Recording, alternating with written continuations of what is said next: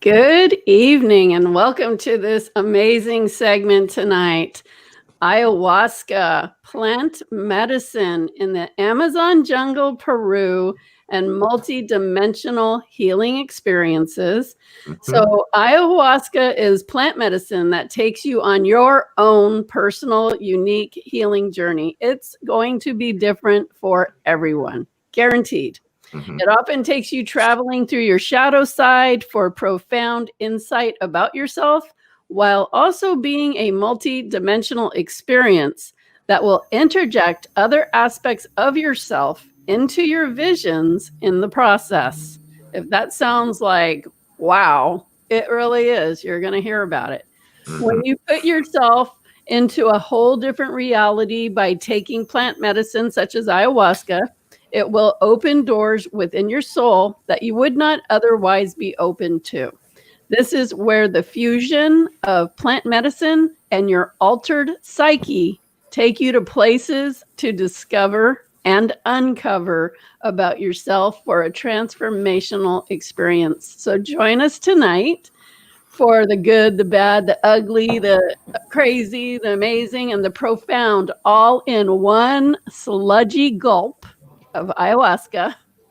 And as usual, we will be doing random mini light activation healing readings. So those of you attending live, make sure you write in the chat, I'm all in. If that's something you want to be considered for, we will just randomly pick who we're guided to. And those sessions are always insightful and real-time guidance to help you right now. So welcome, everyone. I am sorry to say that Alma will not be here today. She had something come up. She's not feeling well, actually. So I couldn't force her to come, even though I wanted to. My name is Cindy Eyler, and this is Homer. Homer, can you hear us? Hi, Homer. Can you hear us? I don't hear anything. Yeah, I don't hear Cindy. I hear you guys. Okay, so introduce who you are. So I'm winging it. Okay, So, introduce who you are is what Cindy's saying. Oh, hello. My name is Homer. So Homer's computer just isn't working, so he's on his phone, so I think he's a little bit disoriented. Okay, and this is Jungle Daddy and Clockwork, and you guys might remember them from the supernatural experiences. So I'm gonna, they have traveled with us to so many places around the world, and one of them was Peru, which is why they're here tonight. And Alma was with us on that trip as well. And the important thing about that trip was they did ayahuasca. And Jungle Daddy, Clockwork, and Alma did their ayahuasca experience together. And Homer and myself, we did it the first year that we went together. So we did it with different shamans, different locations, but not that far. So, Jungle Daddy, do you want to say anything about yourself? Introduce yourself to this group if people haven't met you before. Yes, if you are new to this or are new to us, my name is Bane Biz, aka Jungle Daddy. I am a registered behavior therapist. I've been on plenty of trips with Homer and Cindy, and yeah, I'm an aspiring stripper, and I am a rapper. Awesome. Hey, Clock, do you want to say a few words? Yeah. If you want on this last one, I'm Clockwork. I work with students with behavioral disabilities and behavioral challenges, and I'm dope, yo. It's always fun to have these guys on the show. It's always fun to travel with these guys. We have the best time. We have the best time. I love traveling with these four people right here. Are awesome to travel with. We also did the India journey together, and it couldn't have been any better than it was. Absolutely awesome. So tonight we're here to talk about the ayahuasca, and just like I had said in the beginning, it is a different experience for everyone.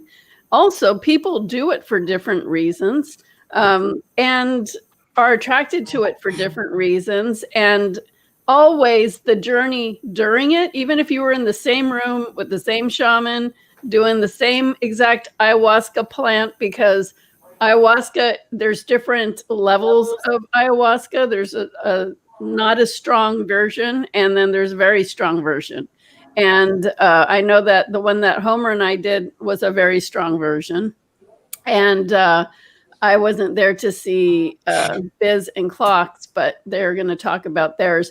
But even if you had the same plant exact batch in the same exact place, you are going to have a completely different reality and experience. So we're going to get into some really interesting things. Like, you know, I was talking to the guys before we got on, and I said, you know, what do you think about, you know, I might go for a healing, and just say I go like I am now, just like normal, I go for a healing. I'll have that experience. But what if I went and I was just like drunk off my ass, or, you know, I don't know, on acid or something? That is going to be a whole different experience. So what do you think about, you know, ayahuasca is hallucinogenic. So you're hallucinating during the thing. So what do you think about really approaching healing when you're out of your mind, basically? And, you know, we're all going to have a story about that, because also that is all different. What we were thinking, what was going on in our own psyche, how we handle the drug, how we handle the medicine, how we handle the experience of what we're seeing and what we're feeling, and everything that's going on, because there's a lot going on during an ayahuasca ceremony. Mm-hmm.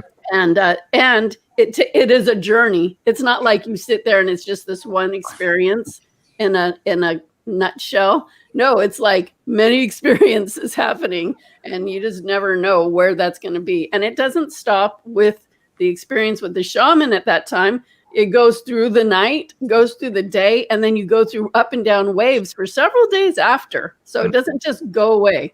So I'm going to start with Jungle Daddy Biz, and let him tell his story. He might have to step out for a second, so I wanted to make sure he was uninterrupted. So again, anybody that has any questions, feel free to put it in the chat. And also, I see a question: how does it differ from LSD and shrooms? I mean, you're assuming we're drug addicts. No, I mean. Well, I can say they're all trips, you know. I mean, I will say, I mean, I could talk to that, but I mean, it's a whole different experience. You're drinking a plant medicine. So anyway, let's just talk about our experiences, and I think that's the more important aspect. So why don't you go ahead, Biz? Okay. Speaking on the whole healing thing with when you're on like different kind of intoxicants, I believe that like intoxicants and stuff are, what they do is they slowly like break the chains that bind you to this physical world. You know what I'm saying? Because they kind of just do stuff to your consciousness. Ayahuasca is the tops when it comes to that. It works on you on like million different dimensions, so it's very, very interesting. My experience, I spoke on it a little bit from the last time we were on. I'll go in depth this time. The ayahuasca that we took was extremely strong, and I didn't know if it was working on me, and I asked for a second dose. And while we were doing that, Alma, who was supposed to join us today, I heard her say, "Biz, don't do it," while I was thinking about doing it. Wow. Before I asked for the second dose, I heard Alma say, "Biz, don't do it." And I don't remember doing anything except sitting there meditating and thinking about asking for another dose. But I didn't listen to her, and I took another one anyway. So just like Biz would. of course, because I'm kind of extremist and stuff. The main part I remember, because I talked to Homer in depth beforehand, before taking ayahuasca. The biggest thing that I wanted to remember is to set an intention. I wanted to set an intention for the entire situation, and mine was to gain as much knowledge of the space that ayahuasca brings you to as possible, and stay there. Homer also told me to ground myself, which I did, to this reality, because I knew that once I went, that my spirit would want to stay there and play forever. So I grounded myself, and I used this device, my cell phone, to ground me to this reality. All I had to do was hold on to it, and I knew I was still here. Wow. Yep. The shaman does icaros, which are shamanistic singing and songs and stuff that help guide you through the journey. Because if it's like dead silence, all you will hear is the jungle, and the jungle will talk to you. They'll make fun of you. They'll laugh at you. They'll tell you a whole bunch of things. Like, the jungle speaks to you. So you kind of need the icaros to kind of guide, because there's like a path that your spirit needs to travel. And if you don't have a guide, then it's going to go everywhere. So that's another part of that.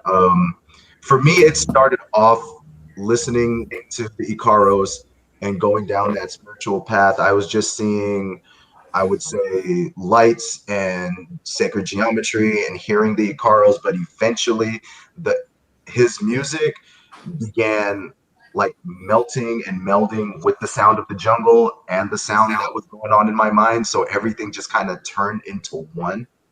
You know what I'm saying? If that makes sense. And then my senses started melting into each other, if that makes sense.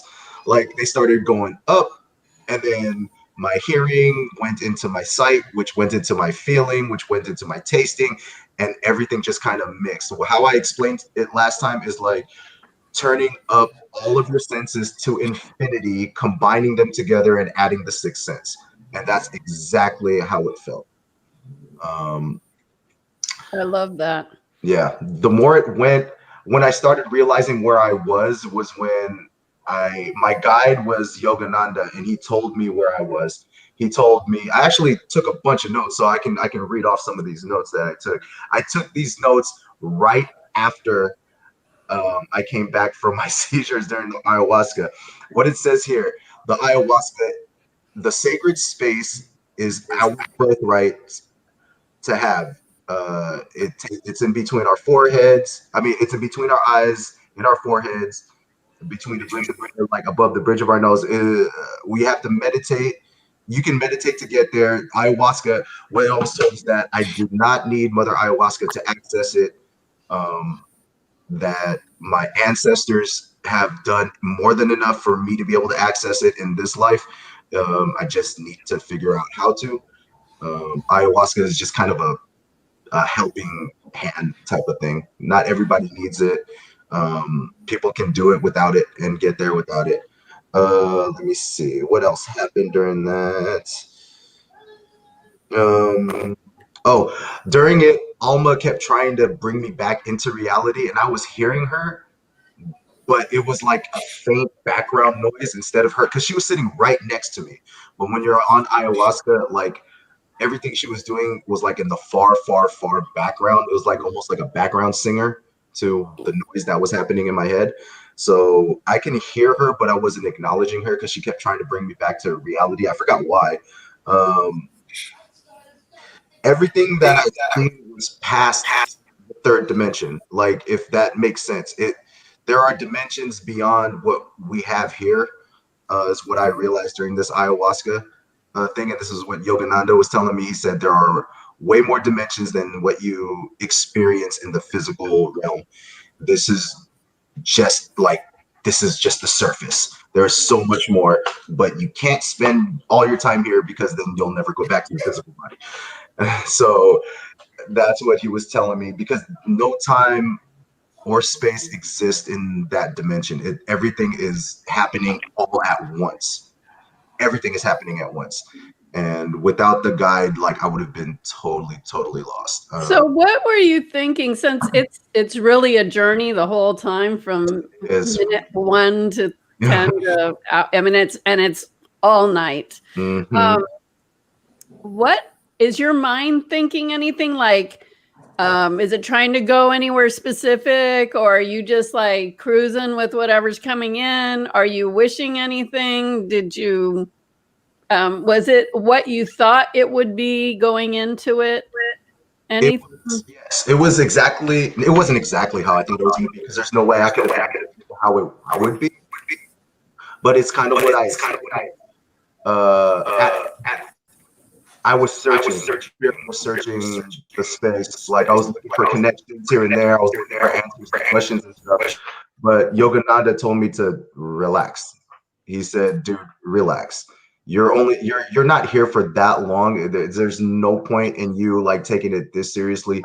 Just go." And so that's when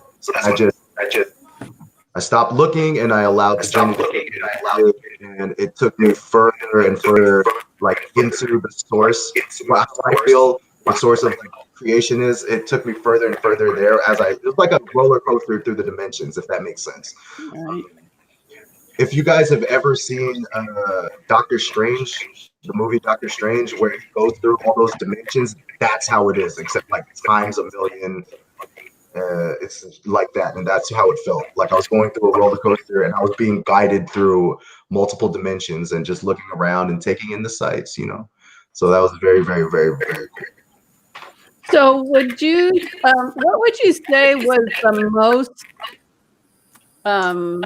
amazing part of it? And what would you say, whatever happened at the end, like the next day, I would say, like when you were coming more back to yourself and realizing what the actual transformation was, because the journey is one thing, but what you're transforming in could be something completely different, having nothing to do with what happened on that journey. Mm-hmm. So what would you say was the most amazing part of being on that journey? And then what do you feel the biggest transformation was for you? The most amazing part of being on that journey was at the very end when I feel like I was bathed in the light of the Creator. You know what I mean? Because that's why I believe that I went back and had those seizures, because that light and the music were something you don't want to leave. If that makes sense? It was like I was being cradled by music and light. So Okay. yeah. Oh, go ahead. I don't want to interrupt that. I felt like I was being cradled by music and light, and that was at the end of it, and that I think was the most amazing part. Like I was crying and stuff. Oh, wow. Mm-hmm. And how afterwards, I felt extremely grateful and happy and lucky to be alive, because I didn't think I was coming back. I thought I was going to die. I thought that was it. Even though I set the intention that I'm coming back, I still didn't know. No. So afterwards, the very next day, when all of it was like when I was processing everything, I was just so happy to be alive. I wanted to do everything physical. Like I wanted to touch everything, smell everything, taste everything. You know what I'm saying? Afterwards, because like I know how it felt to not have a physical body, and I have mine. So I'm gonna take away with it. Okay.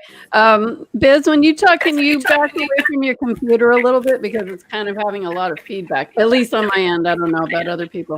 Okay. But can you talk a little bit about, because the people here may not have heard your story on the supernatural, when you went into a seizure and then what happened with Claw?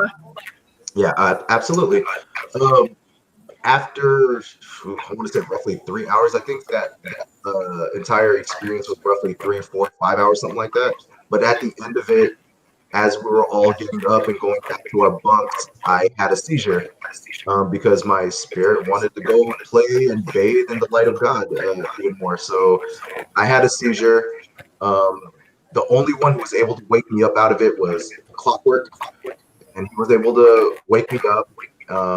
We walked back to our bunks, and then Clock had a seizure, and I was the only one who was able to wake him up. So Our family doesn't have any history of epilepsy or seizures or any of that stuff, and both of us had two seizures each at the after this ayahuasca thing, and they fed off of each other. I can let Clock tell you more about it. Yeah, so if you guys don't know, they're brothers. And like Biz said, they don't have any history of that in their family. And here they both were having seizures back to back with each other.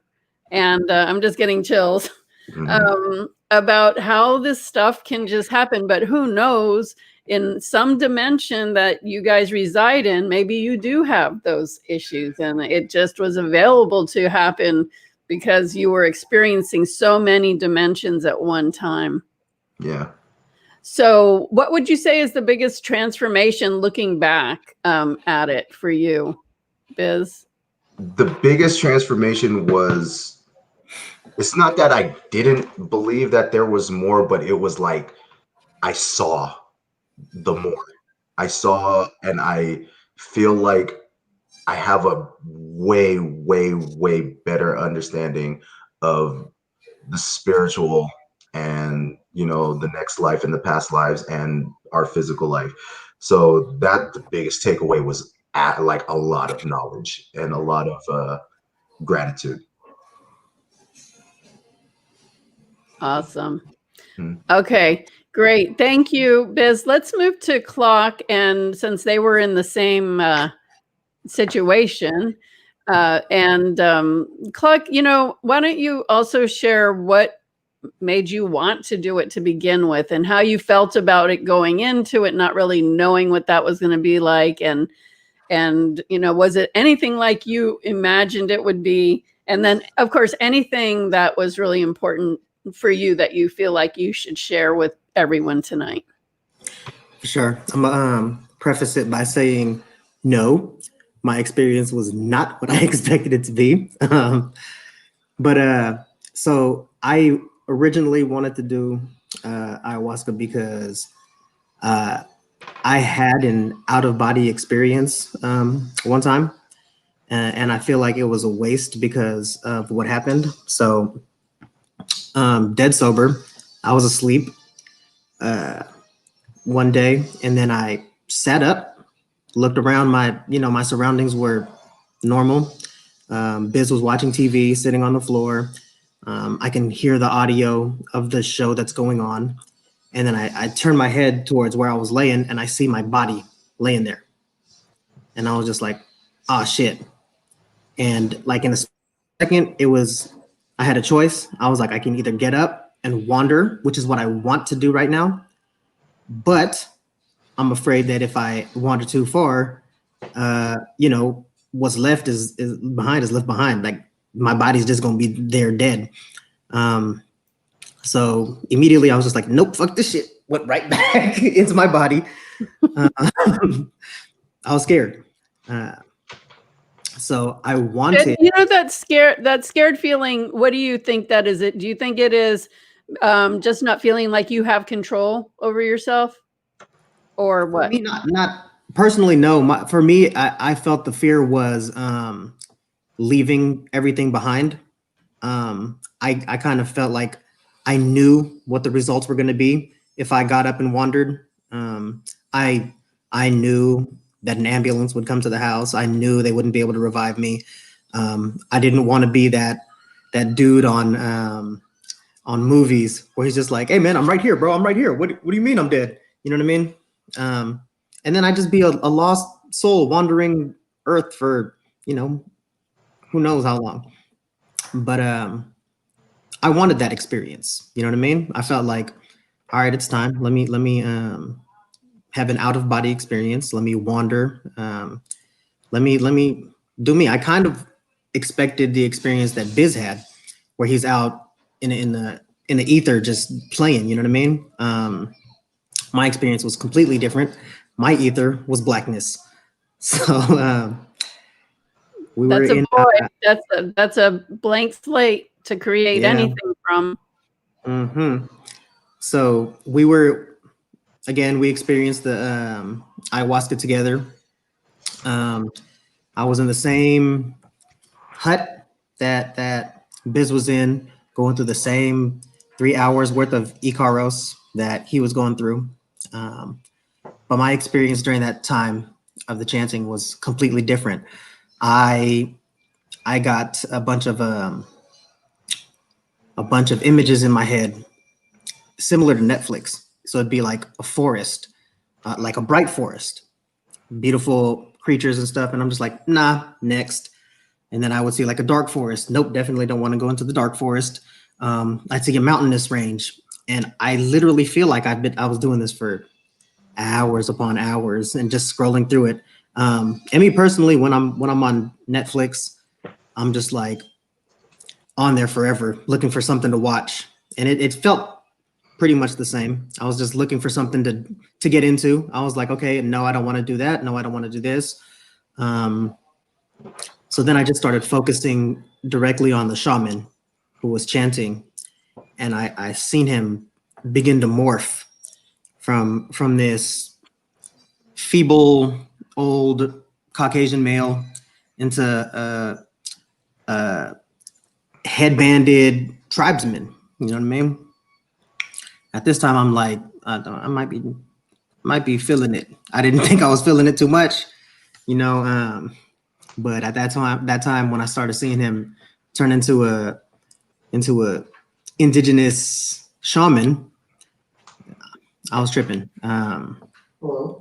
Anyway, so we end up snapping out of the whole 3 hour thing. He turns the lights on. Biz has a seizure. I wake him up, and when I wake Biz up, he gets up like in a fighting mode. He's just like, and I'm like, bro, it's cool, man. It's me, man. It's me. Calm him down. He's like, I can see in his eyes, and immediately, you know, that whole don't kill my vibe thing. I was like, Biz, you killed my vibe, man. I felt like I was about to be there, but you're over here trying to fight people. Oh, that's right. Tell them what happened, like as my seizure was going on, because I didn't even explain it because I wasn't even there. Like I wasn't there. Well, he spazzed. He legit spazzed. So as soon as the lights cut on, we all stood up. Biz kind of stood up. Then he just boom fell right on his back. And then he started seizing, like spazzing out. I got down, slapped him in the face a couple times. You know, get up. He ended up rising, and he kind of rushed the shaman. And I was like, "Whoa, hey man, be cool." Which he ended up, you know, listening to me. Then we, you know, I guided him back. Me and the shaman guided him back to the hut.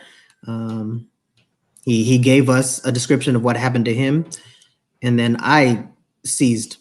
I felt like I seized within his story, and then this is where I felt the ayahuasca hit me the hardest.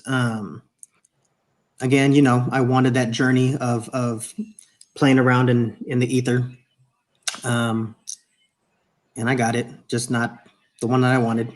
When I had my seizure, it was complete darkness. No sight, no sound, no touch, you know, no type of senses whatsoever. It was just complete darkness, and I was in my own thoughts. And I'm trying to like converse, but nothing's happening. I'm just like, damn, am I just here by myself? What's going on? Is my physical body dead? Did I like die during this whole ayahuasca thing? Wow. What's going on? And it sucked. It sucked. Like Biz was saying, a second can be an eternity. It felt like an eternity in darkness. And I was just like, nope, I need to get out of here. I need to get out of here. I started trying to regain my senses, and then they slowly started coming back. First sense that came back was my auditory. So I was able to hear what was going on, and then I can hear the shaman like, here, smell this, blah, blah, blah, blah. And he threw smelling salts in my face, and it kind of just woke me up. But it turned, what I got from it was like a phoenix rising from the ashes, you know? Surprise, man, you've experienced death. This is what it's like. Wow. For me, death would be eternal darkness. And I was like, nah, bro, I'm good. I'm going to go ahead and stay on this planet and be good. Because, so prior to taking that especially on the trip, I was doing a lot of reckless things. For example, we were running around on a rickety bridge. You know what I mean? I just do a lot of reckless things. Jumping in the Amazon River without Jumping into the Amazon River. They told us there were piranhas in there. I was like, cool, man. Cayman. Yeah, I was just like, yeah, thug life. Let's go. And they can't swim, by the way. Nope. Yeah, we cannot. Although we're islanders. Made it even more funny. Mm-hmm. And then the first thing that happens is a piranha jumps in front of my face, and I can hear Alma go, ah! I was like, whatever. It's you know. But what I got from the ayahuasca was be a little more cautious. You know what I mean? Love your life. Well, you know, I mean, I love life, but it's like value your life. Value it. You know what I mean? Value it. It ain't nothing to be taken lightly. Everything can be lost in an instance. You know what I mean? And that's what I gained from it. So although it wasn't the experience I wanted, it was a very, very good experience for me. And that's I mean, that's pretty much it. For me personally, I would advise for those who want to take ayahuasca, I want to say that if you have any fears of death, or if you have fears of the unknown, or anything like that, absolutely don't take it, because you're going to experience something quite similar to us. And you know, but if you feel guided, you know, by all means, do it. I would do it again. Yeah, I would do it again too. Even though, you know, my first experience kind of sucked. I came out with, you know, a message. So. Right. So I always believe that what comes up is what is needed at the time. For sure. So maybe there was a part of you that was, you know, maybe taking life seriously in a way that, like you said, like, don't take it like that. Like, you know, value what you have and understand what you have, and don't take, you know, not saying take it hard, don't take it lightly, but yeah, have a different perspective, because soon enough, anything could happen. So let's see, I wanted to know, what did you guys think of the atmosphere? Like, I heard when you guys went to the bathroom, there was bats in the toilet and weird things like that. Like, let's talk about some of that weird stuff that that you guys experienced. Well, so to me, the hut that we were actually in was circle shaped, but it was kind of domed off, like, Yep. you know what I mean? It wasn't like a triangular roof. It was kind of domed. Mm-hmm. And when I was on the ayahuasca, it kind of seemed like a spaceship to me. Like, it was hamburger shaped, and there was windows all the way around. In my mind, I don't remember if there were. I'm almost positive there wasn't. Was it closed? Was there actual windows? I don't think they were windows. They were just like holes in the hut. You know what I mean? So Where a like monkey can jump in if he wants. open windows. Yeah. So it's Yeah. like that. Okay. Yeah, but Did they have you guys sitting on the floor or on beds, or? they had us sitting on those you know, those plastic lawn chairs. Yeah. Oh, wow. Broke it when I Yeah, fell. there are 3 of those. Yeah, Biz absolutely broke one. Yeah, but to me it seemed And did you guys get sick a lot or what? No, I mean, I didn't get sick at all. I had to force myself to throw it up because what came back in my head was that you're supposed to purge it. You're not supposed to keep it in you. So that's why we were tweaking. Yeah, poison. Yeah. yeah. So you're supposed to get the intoxicants out of your body by purging, and the thing is, neither one of us vomited once. We dry heaved a couple times, but no vomit. So we had to force it remained in our system for the entire night until we had to force ourselves to puke. Mm-hmm. Wow. Yeah, and when it came out like syrup. I think Biz puked first, and then he kept telling me, "You have to puke, bro. You have to throw up, man." That's a big part of it, because you're purging your your internal system Mhm. of toxins. That's part of the thing. And then, of course, the hallucinating and the journey is another part of it. But definitely, you're supposed to take that poison out of you. That's why when I went into it, they weren't happy with me when I said I was just going to take a half a dose, but I'll go into my story later. And one of the reasons was because, well, probably the main reason was because of that. They were worried that I wouldn't throw up. And our shaman would make you take more if you didn't throw up. That's crazy. So, okay. Well, thank you. I had muted Homer because that's where all the feedback was coming from. So hopefully, yeah, you have a lot of feedback on yours. You don't have your computer on too, do you? I do. Should I turn that off? Well, are you seeing us there? No, my computer just stopped. Okay. So I know you don't have earbuds. I don't know why, but yeah, you're getting a lot of feedback with you, Homer. So be very concise with your story. I can write it down. Why you decided to do it, and anything that you want to discuss about your journey. So let's just preface it by when Homer and I did it, we were deep in the Amazon. I'm going to mute you for a second while I do this. So we were deep in the Amazon. As part of the spiritual journey, we travel all different places in Peru. So we don't just like do the typical things. Never on any of our trips do we do the typical things. We'll do some things like Machu Picchu and things like that, of course. But we always have these other excursions that other people don't necessarily do. So we go, and Biz and Clock also experienced going deep into the jungle and staying in the jungle for some days and having that experience where we did a lot of things in the jungle. But we actually did our ayahuasca with a shaman that was nearby, in the nearby village where we were staying. And it was very remote and very raw. Where Clock and Biz went, it was outside of Iquitos, and I didn't go to where they were, but would you guys say it was pretty remote where you were? I mean, it wasn't like being in the city or anything, right? No, it wasn't in the city. So did it feel like jungle out there?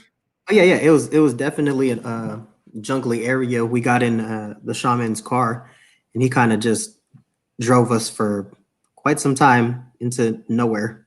Okay. And, it was just like what it seemed like was now I've never been to war, but it seemed like a little like a campground that would be set up in the jungles of like a Vietnam or something like that. Wow. Okay, so definitely you had the environment thing going on. You guys had porta potties, right? That's where the bats were flying, and inside of the porta potty. Yeah, there was two connected porta potties, and there was a bat flying in between the both of them. Between or in the side of the? No, so the porta potties were it was a single porta potty, but the toilets were like back to back like this, but they all led to the same trough. So was it so it wasn't okay, so was the bats in the trough or flying in the porta? No, they were inside the trough. That's what I thought. That's very freaky. I'm sorry. And I couldn't purge. So I told Biz, I was like, I'm just gonna go down there and take a piss or boo boo or something. But I went down there, and then I heard the bats, and I was just like, oh no, not a bat. And then I was like, whatever. I'm still off of the I'm still high off the ayahuasca. I'm just gonna piss. If I piss on the bat, I'm sorry, bat. Right. And when Alma told me she went to the bathroom and that was happening, I was like, oh, hell no. That would just totally freak me out right there. Luckily, when I was on my trip, I didn't have to go to the bathroom at all, because that's a story we'll talk about, because this is all part of these experiences. So we were deep in the jungle, and the half of the group, well, more than half of the group, it was a pretty good sized group. I don't know how many of us there were, maybe 13 or something like that. And more than half of them wanted to do it. One of the guides was kind of trying to talk us out of it. and had a whole meeting about it. And he said that, you guys are going to throw up and, then, you're going to have this trip or whatever. But so we were under the impression that we were just going to throw up once and be done with it. We didn't know that we were going to throw up the whole entire night and other things. But Homer tells me that he missed out on that whole conversation. I don't know how, because he was sitting right there at the table with all of us. We were all at this table, and he does not remember any of this being said. And so a lot of the people wanted to do it, and I didn't. I was one of the people that didn't want to do it. There was 3 other people, I think, that didn't do it. I think 3 other people that, no, 3 people that didn't do it. But I felt it was I felt responsible. Like I didn't want to send them all to do that kind of a thing and not be there. And the only way I could be there is if I did it. So I was doing it and I didn't want to do it. So I'll tell my story about it. So that's kind of the intro for Homer. I don't know why Homer wanted to do it, because Homer's not really a drug kind of person. So Homer, do you want to go ahead? I may be cutting out, but I'll give you keywords, Cindy, and maybe you could take over because you know my story. It's not that you're cutting out. It's just like you have a lot of feedback and echoing. All right. I'll just say.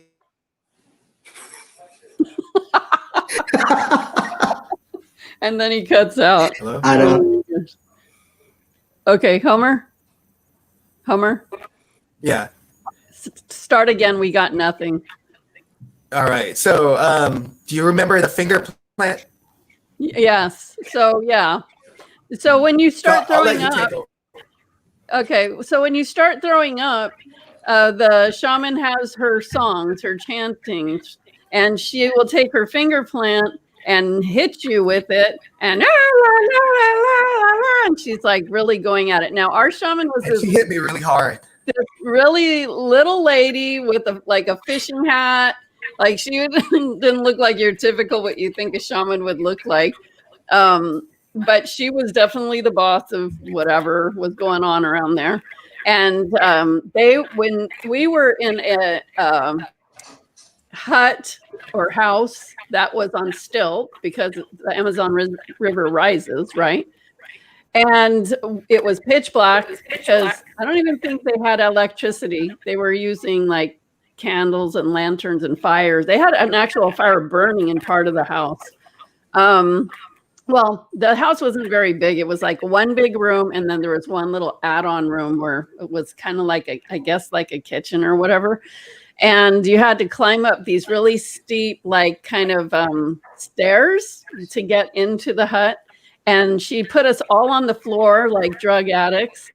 And it was pitch black. There was no window. So when you had to throw up, you would literally stand up, turn around, and puke over the side of the rail of the house, right where you were, onto the ground.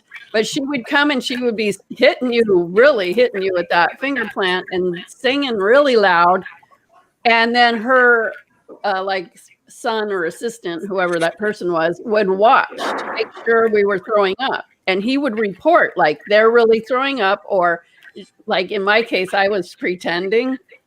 And he told her like she's not really throwing up. So she got really mad at me because I just wanted to be like go with the process. I didn't want to have to take more. And I was just like, I'll just like pretend I'm doing all this. So I got in trouble. But Homer wouldn't throw up, right? Took me 5 hours. And then he was holding it in. He didn't know that he was supposed to throw up. So I think he just didn't want to throw up. And she kept hitting me with the finger plant to the point where some of the fingers fell off her little bush. and she gave me something to smoke. Yeah, she loved Homer. She thought Homer was like the best thing. And then stay all night. Yeah, she wanted him to stay for the night, and she gave him another cup of that gulp of ayahuasca so he could throw up, but he didn't throw up. And also someone else with us, another guy, he wasn't throwing up either, so she also gave him another one. And I think Homer just didn't really want to throw up, and didn't know that he was supposed to. So hold on, let me just mute you for 1 second.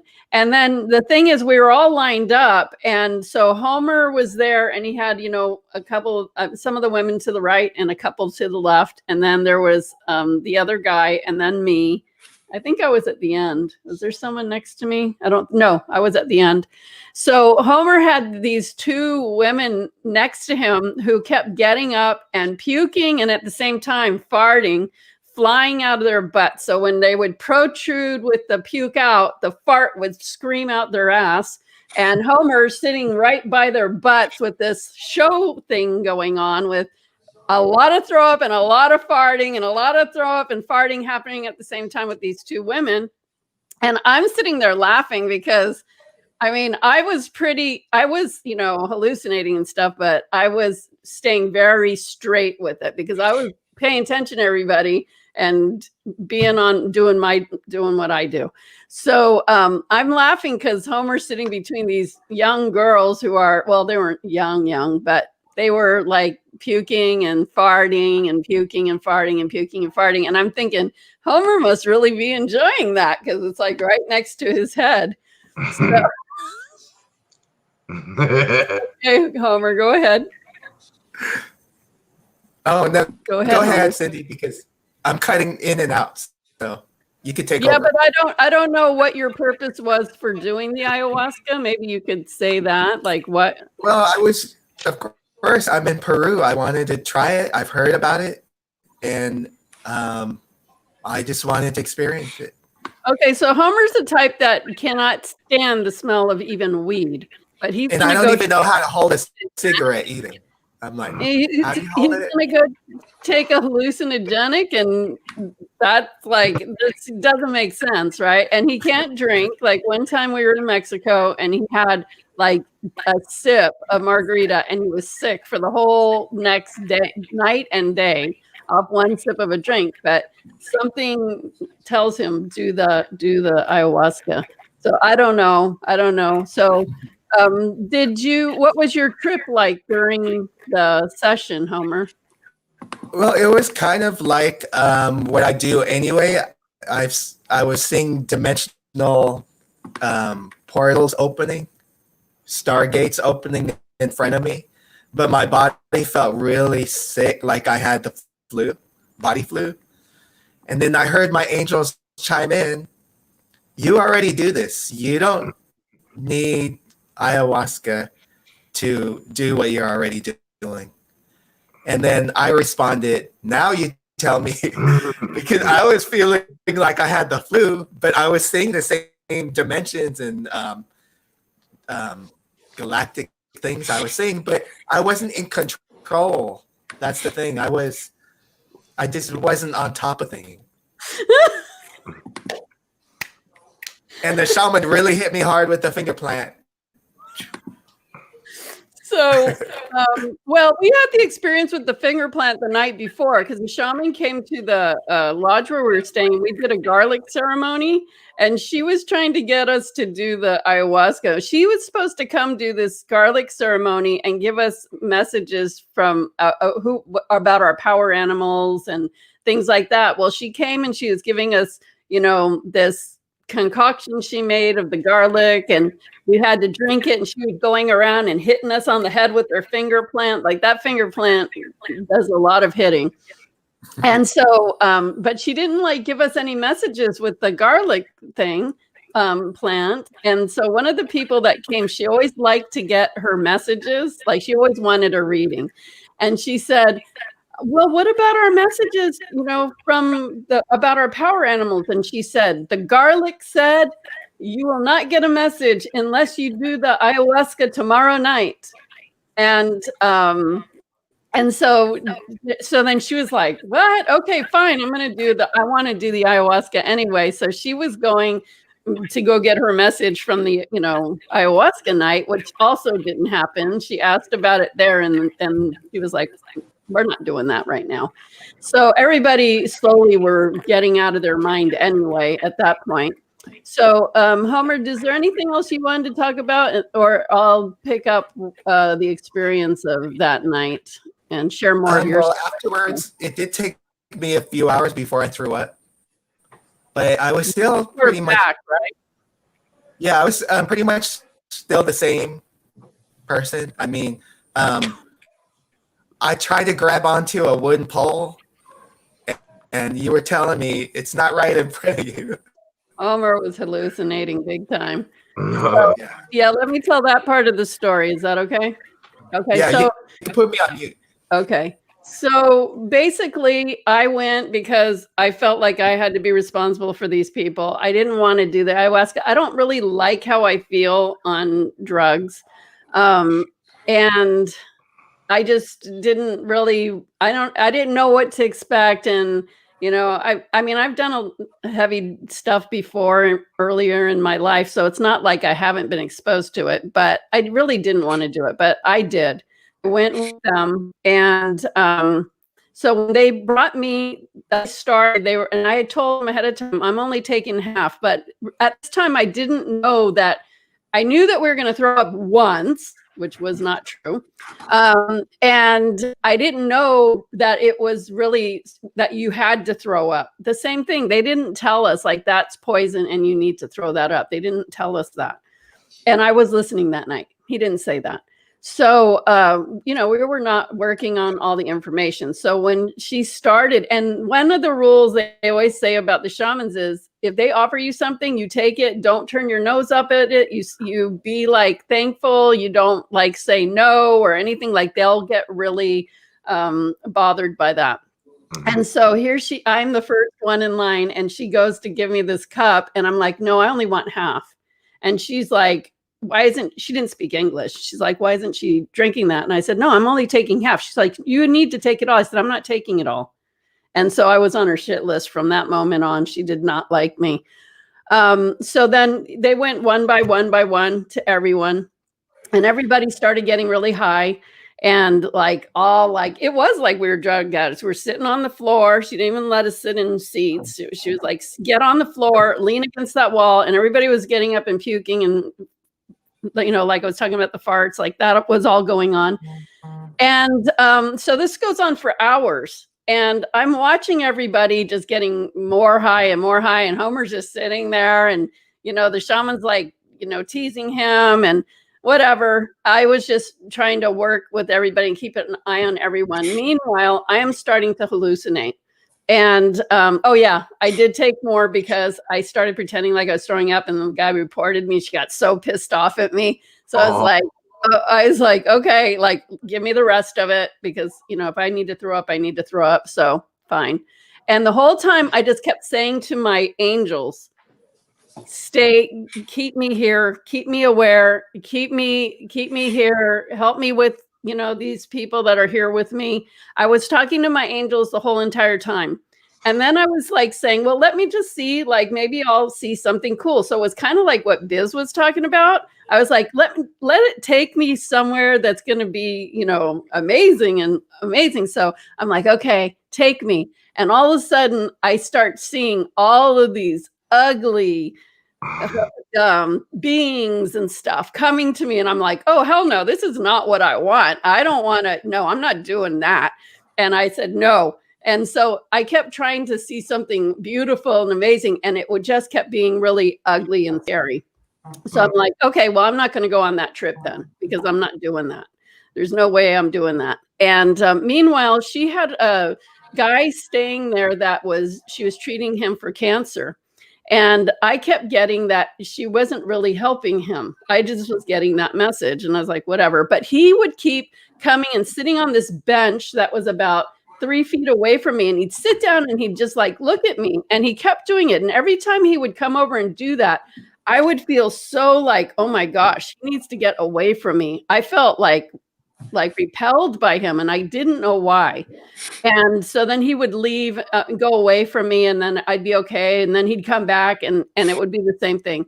Meanwhile, all this stuff is going on. One of the girls that was throwing up and farting next to Homer, there was 2 of them. They were rolling in each other's puke, their hair, like rolling over into the puke that they had there. And it was just so gross. And then one of them said she had to go to the bathroom. Well, once she would stand up, she couldn't walk. She needed help. And so that was one of the things people could not, you didn't have the ability to stand and walk without help. And so remember, you had to go down this really steep stairs about, I don't know how many steps, maybe 10 or 12 steps, but it was almost like a ladder, but stairs. And so she couldn't find her shoes. So she put on this guy's shoes that was next to me. And they went down the ladder, her and this woman who works at the lodge. And so I said, is there a toilet here? And they said, one of the guides, Edson, goes, no. And I'm like, oh my gosh, no wonder it smells like crap every time we come here. And so they went underneath the house for her to go to the bathroom. Well, I'll get back to that story, but she comes back up and she sits down, and the lady that helped her tells Edson, the other guide, something, and they both start laughing. And so then Edson goes, hey, and he says her name, open your hand. Let me see what's in your hand. Open your hand. And she opens her hand, and I look down at her hand because she's next to me, and it's got all this thick, gooey, brown stuff. And I'm like, what the hell is that? That's either like, is that poo or like, what is that? Like, I'm thinking like, what the hell is that? And he's like, oh man, what do you have in your hand? And they were laughing because they knew what it was. And so Edson's pouring stuff on her hand, like, wash your hand. What is that? And are those your shoes? You got it all over your shoes. And I'm like, those are his shoes. And I'm like, ew, like she got poo all over your shoes. And so and she goes, I don't have poo. And I go, what is it? And she goes, it's not poo. I didn't go poo. And so she was really screwed up. And so I'm like, okay. So of course, like I'm the only one that's like, they're shocked because I'm acting pretty straight. I'm hallucinating. I'm seeing like that weird guy that kept sitting there. His head would split and go double. So I would see stuff like that. But I was very on what was happening. And so finally, through this whole thing that was happening, everybody was going through their own trips. They said, okay, this was hours. We got there. I want to stay about 8:30 p.m. And now it's about 1:30 a.m. And the guide says, so we're going to start taking people back. And we're going to start with just the people who can walk, for the first boat. And I start laughing and I go, okay, nobody in here, of anybody in here, the only person that might be able to walk is me. And that's questionable. Nobody else in here can walk by themselves. So I'm laughing because I'm thinking, what are you thinking? Like nobody in here is going to be able to walk. So I stand up and I'm like, I can deal with it, but I'm not the best, but I don't need help. But who knows how long I could stand at that point. So they were taking so long to try to get people to go. And so I sat down on this bench and all of a sudden Homer gets up and his eyes are like this big. And he's like stumbling over to me. Please don't leave me here. Please don't leave me here. Take me, Cindy. Don't leave me here. Don't leave me here. You can't leave me here. Don't leave me here. Like he was like freaking out. And I'm just looking at him like, well, can you walk? And he's like, don't, please, please, please, please. Don't leave me here. Don't leave me here. I want to go with you. I want to go with you.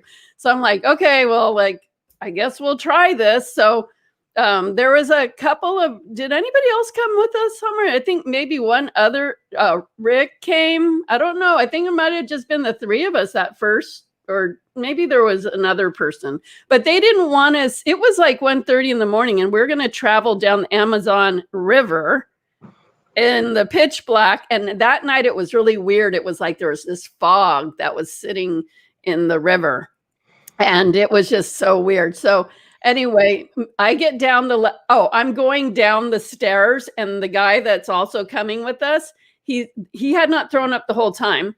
And I'm starting to go down this staircase and I hear him and all of a sudden he's like, "Blah!" Like all of a sudden he's going to just like throw up on me. And I'm like, oh no, like, don't throw up on me. And so then, the guide started to laugh. And I'm like, it's not funny. Like, that's not even funny. Do not even throw up on me. Like, that is not even cool. Like, you didn't throw up that whole time. And now you're going to come throw up on me as I'm trying to go down the stairs. Like, I was pissed. And he was really screwed up. Like, he was really screwed up because he took 2 doses. He hadn't thrown up at all. At least I had thrown up. And plus I had my angels keeping me as a guide. And I get down the stairs, he gets down the stairs, and they help him to go like through the mud, down the path to the boat that's in the river. And I'm holding on. Homer gets down the stairs. I don't even know how. And Edson's telling me, hold on to Homer. So I am holding Homer up, and I'm woozy, but Homer can't do it on his own. So I'm just like, okay. So we're kind of like this. And I'm like, can you hurry up? Like, what are we doing? And so Homer goes, let me just hold on to that pole right there. I go, Homer, that pole is like 20 feet away. That pole is not even next to us. And he's like, oh, but his eyes were this big. And the whole time he's like, I never want to do this again. Why did I do this? I hate this. I hate this. I don't even want to tell my parents. I hate this. I don't ever want to do this again. Why did I do this? I hate this. He wouldn't be quiet. He just kept going on and on about why did he do it? He hated it. He hated the way he was feeling. He can't believe it. He felt super guilty and shameful about it. He was just not in a good place. And I'm like, you know what? Forget it, Homer. Like, it's done, right? So then when we're walking to the boat, the guide got between me and Homer, and I was just like holding on to the guide on one arm, and he had Homer on his other one, and he's teasing Homer going, Homer, man, why'd you do that? Why'd you do that to that girl? You shouldn't do that to that girl. Like, he was just messing with him, just saying, why'd you treat that girl like that? That wasn't cool. He was just totally messing with Homer. Oh. So we get into the boat. And it's just like, I'm thinking, man, I'm going to throw up again. I don't want to be in this boat. I hate the way I'm feeling too. Like, I just don't even like this. So I had this white hoodie and I put the hood over my head because I thought, I'm going to puke on this boat. Like, it's just a regular, like, motor boat.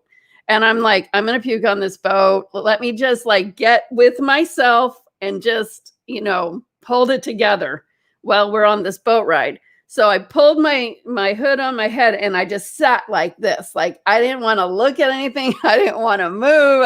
I was just like trying to be as stiff as possible.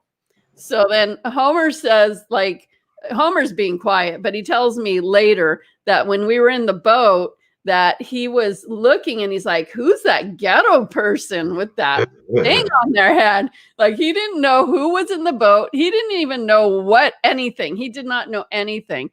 And meanwhile, all the people that were still stuck back with the shaman, all of them that were stuck there all thought that they were the only ones that were left behind. They thought they were left behind and everybody else left them, but they were all sitting next to each other and didn't even know. And then there was the one that wanted the reading. She says to Homer, don't leave me here. And Homer's like, bye, have a good time. And he's just like, bye. Like, he was terrible. Even though he was that messed up, he could still give her crap. They weren't really getting along too well on that trip. But anyway, yeah, so then we get back to the lodge and they will walk you to your room. And our room was like the furthest where I was staying, but I was fine. I was walking by myself. I got to the room and the guy I was with was, we were together for a long time, but when we went to bed, there's no electricity there. And I told him, do you want the flashlight in case you need to get up and throw up? Because it's like pitch black. And he's like, no, I don't need it. And I'm like, are you sure? And he's like, yeah, I don't need it. So I just want to get in bed and be done with this head trip. I just wanted to go to sleep. I didn't want to throw up more. I didn't want to feel it anymore. I just wanted to like go to sleep. And so finally I'm just about to fall asleep. And he's like, oh, and he jumps out of the bed and I'm like, oh my gosh. And he's like, I need to throw up. And he's like, and I go, I told you should get the flashlight because he couldn't see where to go to the bathroom. And all of a sudden he comes running back towards the bed and there's this white mosquito netting around the bed. And I'm like, what are you doing? And he goes, I need that. And as he says, flashlight. And as he says, flash, the puke's just like, Oh. and it's like all over the mosquito net, on the bed, on towards me. And I'm just pissed off. Like, I told you to take the flashlight. That's disgusting. You just do that. And it was like brownish red, gross sludge. And it was just like, blah! Like it was just like the whole thing in one puke. And I just was so pissed off. I'm like giving him the flashlight. I'm furious now because now there's puke all over the bed. There's puke all over the mosquito netting. And now he just messed up my sleep. Oh man, I was so upset. So the next morning comes and he's like, forget it. He's not getting up. I'm like, I got to get up because I got to see how everyone is. I don't know. I didn't know what happened to anybody at that time. So I get up to go to the place to have breakfast and I'm seeing some of the people there and they're just looking like, oh, death warmed over. And Homer's not there. And so the lady who had been with us on the trip, she was the cook, like she was in charge, not the cook, but in charge of the kitchen. She's like, I'm really worried because Homer was always there for the food. He was always looking for the food and she loved to feed Homer. And she's like, I'm worried Homer hasn't been out of his room all day. We need, can you check on him? And he was just totally out of it. So long story short, that day we were scheduled as a group to go back to that town and sing songs with the kids in the school. And we were just still on ayahuasca. And that was like the last thing we really wanted to do, but we did it. We did it. And that was interesting. It was fun, but yeah, we were still really high. And on the way back on the boat, the lady who took that one woman down to use the toilet that had the stuff in her hand, she couldn't speak English, but she proceeded to tell us what happened. And I was totally getting the story. And she said, when she got down there and she had to go to the bathroom, she kept trying to give this woman toilet paper to wipe herself. And she kept saying, I don't need it. And she's like, yes, you need it. Because she knew she went poo. And she's like, I don't need that. And she's like, yes, you need it. And she would not take the toilet paper, And she said, I don't need it. And then she took her hand and wiped her butt. And that's why she had the handful of poo. And then she put her clothes back on, which must have been pretty gross the next day to see. And we're sitting on the boat and she was mortified to hear this. And we were I was laughing so hard. I was like, that is so disgusting. Oh my gosh, that is so disgusting. So I just want to say, like, she was the only one that went to the bathroom through that whole thing. I can't, oh yeah, at the end, that guy that kept sitting there, he finally asked me, so how was it? How was your trip? And I said, well, I'll tell you right now, you got two heads. And he's looking at me like, what? She's weird. So I was like, definitely hallucinating. Even though I was keeping myself together, I did have an experience and I felt the next day I realized that I felt so super guilty that in another lifetime, I was a shaman and a spiritual leader, but I don't remember the whole story, but it was like I felt really guilty, like I didn't take care of the people that were under me like I should. And that was a big thing. The reason why I even did it was because I wanted to make sure that they were okay. And all this incredible guilt had come up from this other lifetime. And I was in tears like the next day in my own space, when I was Homer, when he finally came out of his drug-induced state after it took him another day.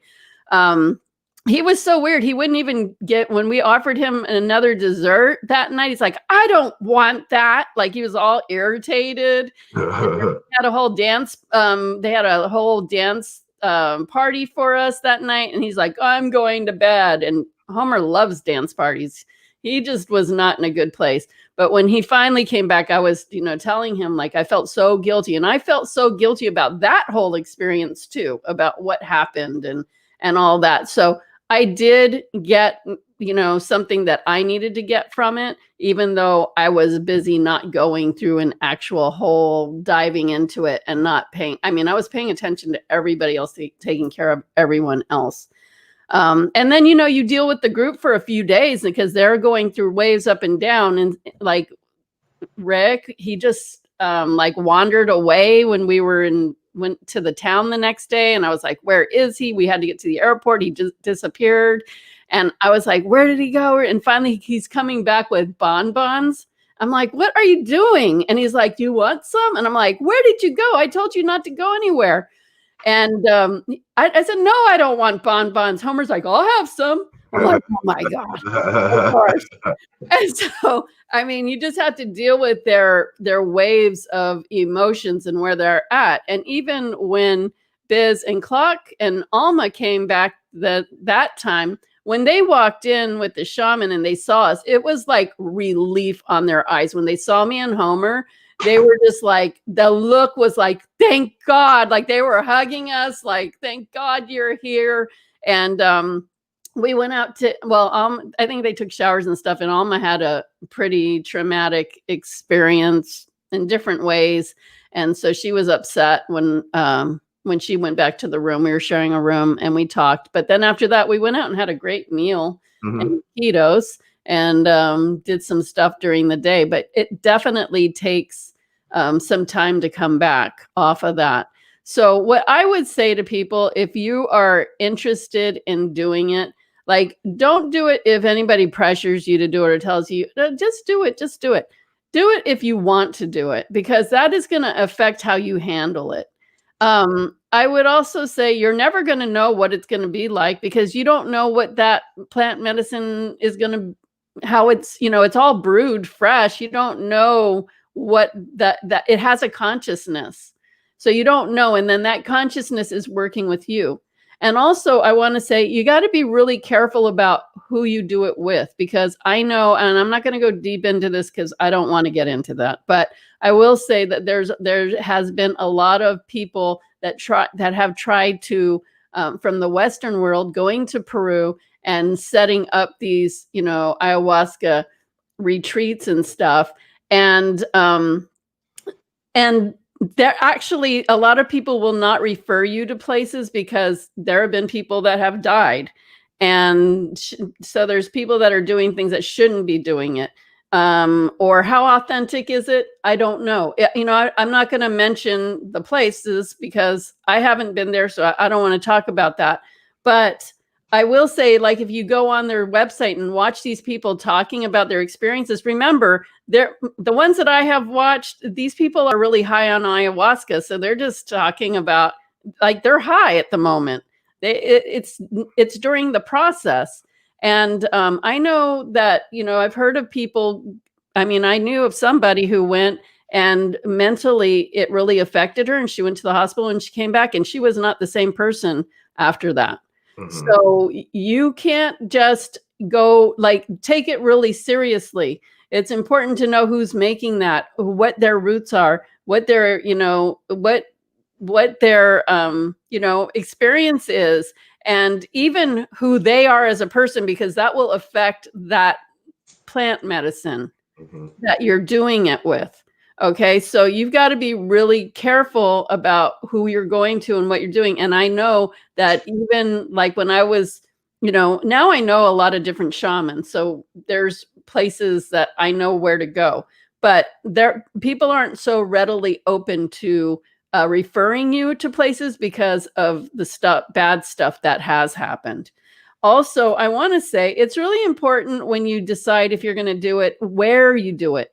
Well, on our journeys, I've talked about this a lot of times. When we're on a journey, we're experiencing energies in specific places for specific reasons. And the reason why I picked the Amazon is because it's so raw. It's so indigenous. It's so earth-based. It's so nature-based. It's where the plant medicine lives and grows naturally. So that seems like the right place to do it. And you're getting raw with yourself.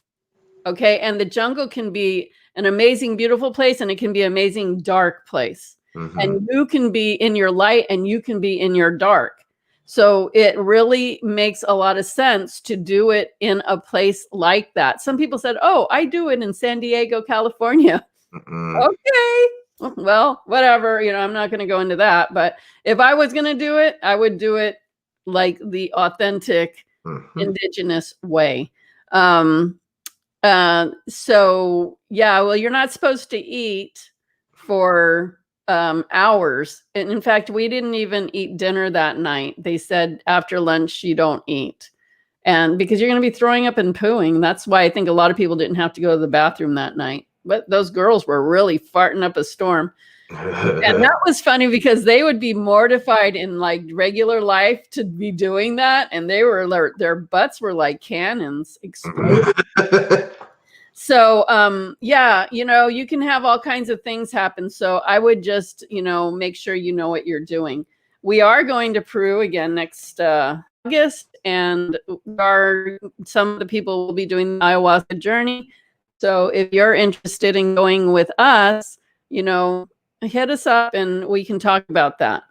And not everybody will be doing the ayahuasca, but the people who want to will. And, when people say, you shouldn't let your people do it, it's like, I'm not going to tell people they can't have their experience, but I will make sure that we have the time and the space to be able to manage it. Because on our trips, we're like, bam, bam, bam, bam. We're on the move constantly. And, you got to be up for that ride. So I need to know who's doing it, how many people, and what we're talking about. So I make sure I plan that journey the perfect way for the group that wants to do it. So Homer or Biz or Clock, do you guys have anything you want to say about it? Any last things?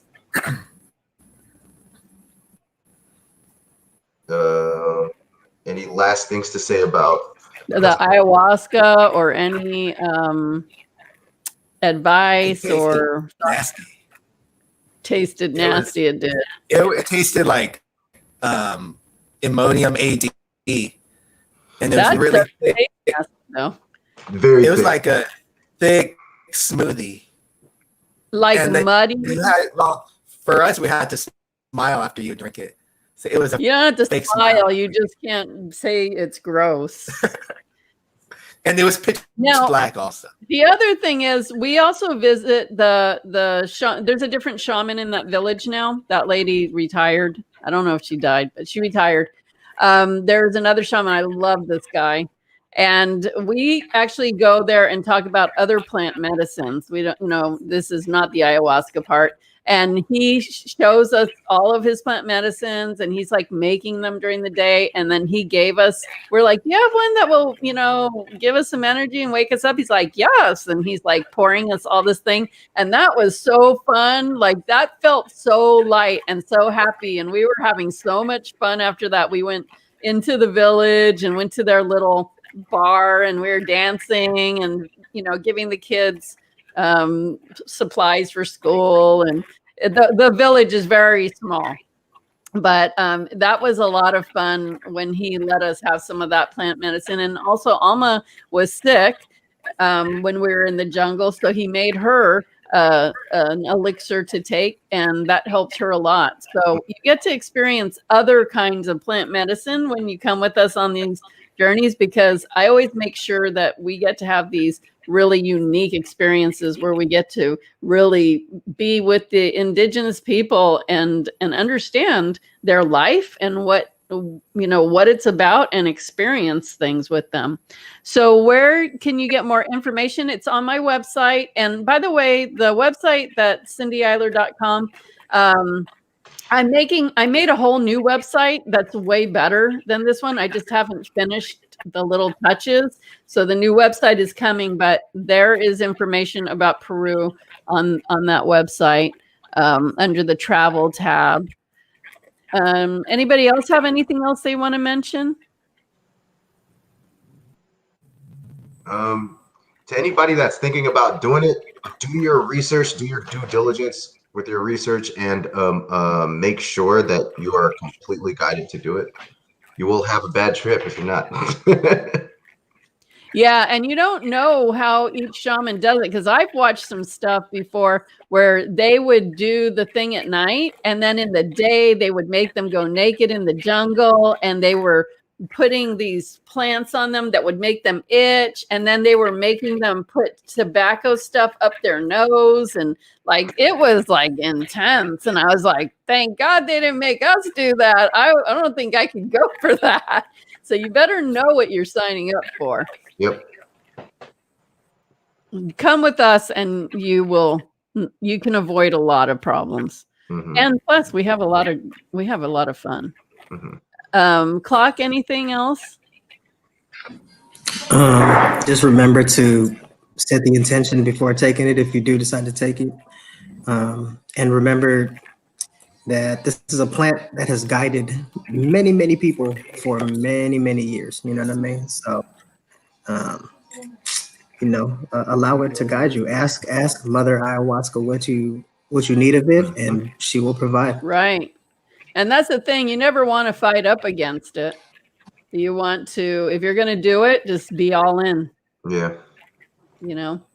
And I also feel like it matters the group that you're with, because even if you're on your own trip, it matters who you're with doing it.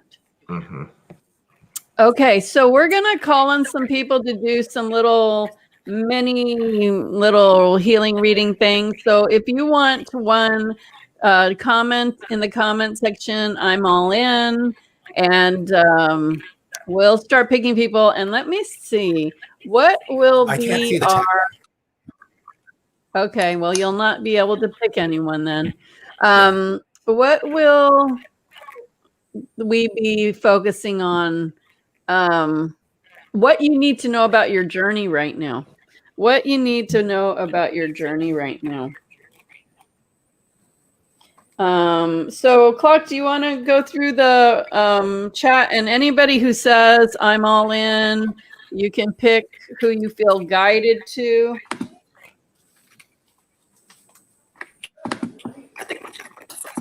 I think my chat might be frozen because it's stuck at 9 comments. Yeah, there's a lot more than that. How about you, Biz? Oh, Biz is not here.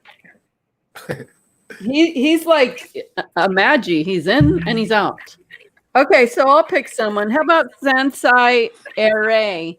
And so she has been commenting a lot on all our videos on YouTube. And I just want to say, I really appreciate you really watching and commenting and sharing. I love that, that you're watching it and you're getting so much value out of it. And I know it's hard for you to be here live because you work strange hours.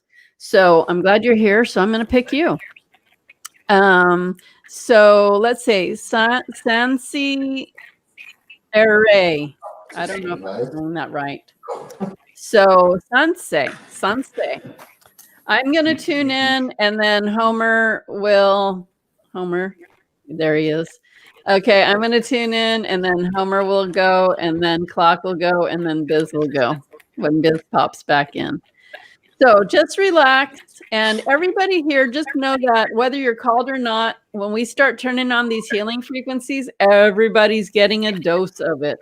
So no matter what, you can set the intention for these healing frequencies, what you'd like to have shifted in your life or healed at this time, and let the frequencies work with you.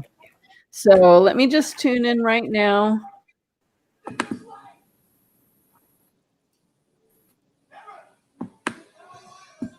What's that? Is that your TV? Yeah. Okay, I'm just gonna mute you guys. Muted. Oh, now you're not. Oh, now you are. Okay.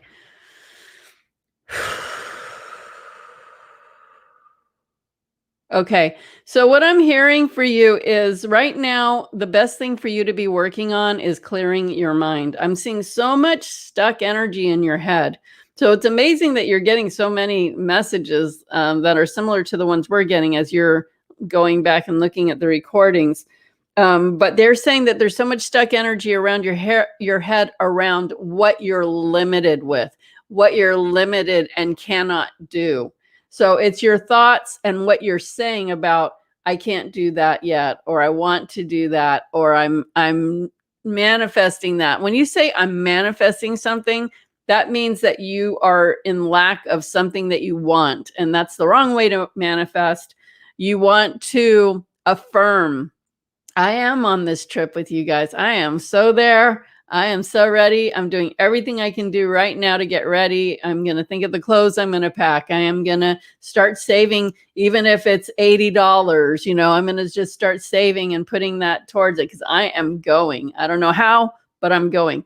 Not, oh, you know, we want to. So that's just an example there, but I'm sure there are other things, and I'm hearing, yes, there are other things in your life that you're closing off to because of this limited energy I feel in your head. It's just like this limit. It's like there's this energy and it's just like limited. And so you have the ability to see and dream and want, but your limitations are bigger than your ability to say, I'm doing it. So, Homer, what are you getting? Yeah, I was getting, don't be too rigid on your journey with how you get to your goal. Be flexible because it can go either way, but it'll still be good. You will get to where you're going, but just be open to how, because I was seeing like a reed bending in the wind.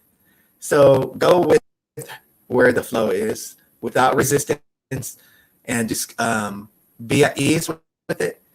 Be comfortable with it and be okay with it, and just know you will get to where you are going.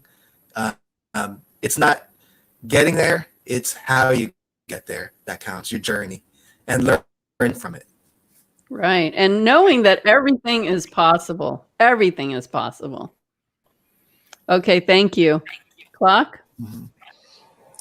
So I got something similar to Cindy. What I seen was stuck, but not like a glue type of stuck. Stuck like you're boxed in. I seen a person inside of a box, but the thing is, the box was made of plywood, and it was not nailed together, so it's easily pushed over. So you can get through your troubles or whatever.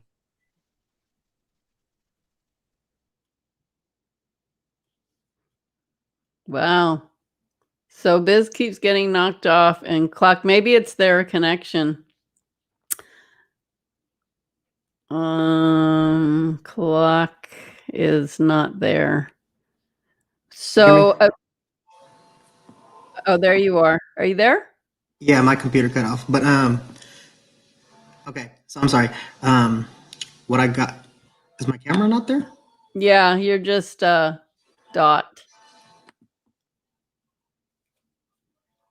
Are we good now? There you are. Okay. So like I said, it's you're boxed in, but the box is easily knocked over. So whatever you're going through, whatever difficulties, you can push past them easy. And then once you're out, you're in the free. Right. And I just know that you are somebody that has a lot of will and you don't give up. So don't give up on your dreams. Make your dreams just as important as your survival, because it's all the same. It's all the same. It's all in how you perceive. You can take that like box, that helmet, that energy off of you and say, I refuse to look at lack anymore. Everything I look at, I'm going to notice abundance. I'm going to notice how much I have. I'm going to notice how blessed I am. I'm going to notice how amazing I feel in this life, and focus on that. And then you get into the state of allowing. Remember, how you get anything, how you manifest anything, the main important thing is for you to feel good in your life every day. If you're not feeling good, you're not aligning with the good that you want. And because what you want obviously is going to help you to feel good. And if you're not feeling good, you're not aligning with the good that you want, and you won't be in that state of manifesting. Just like when was it? Yesterday or the day before yesterday? I don't remember. I'm actually feel really good in my life. I'm very happy. Most of the time I'm feeling really at peace and happy and doing my thing. I feel like I'm in the flow. I've had to work for this. I wasn't always like this, but I love being in this way of being.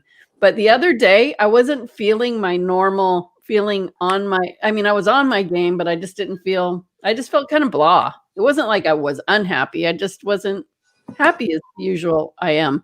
So I kept thinking, I've got to do something to lift my energy because this energy is not aligning with the good that I want.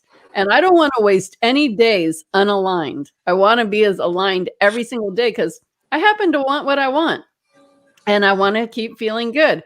So I have to do things. I have to notice first that I'm not feeling as happy as I normally am. And then I got to go do something to make sure that I can shift back to that.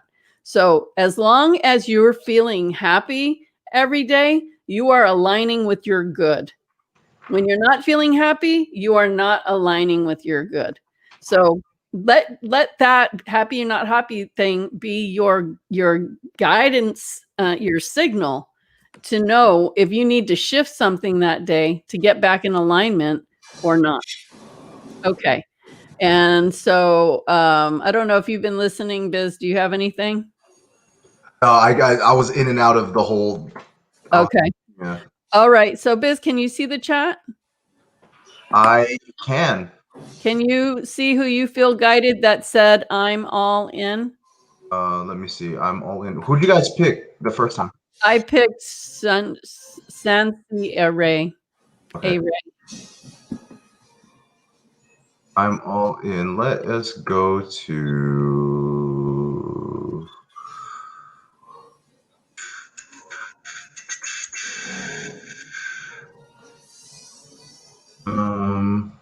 How about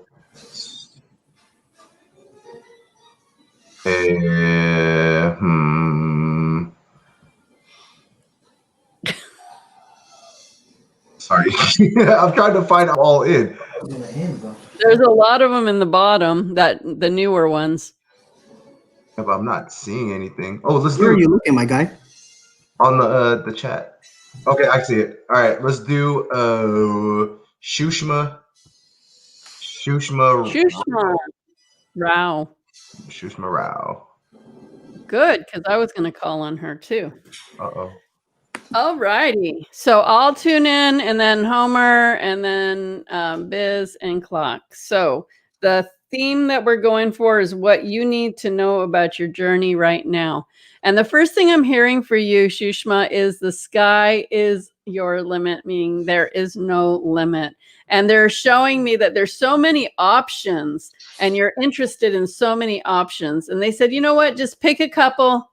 The ones that are dangling the lowest for you, the ones that are getting your most attention, the ones that are most interesting to you.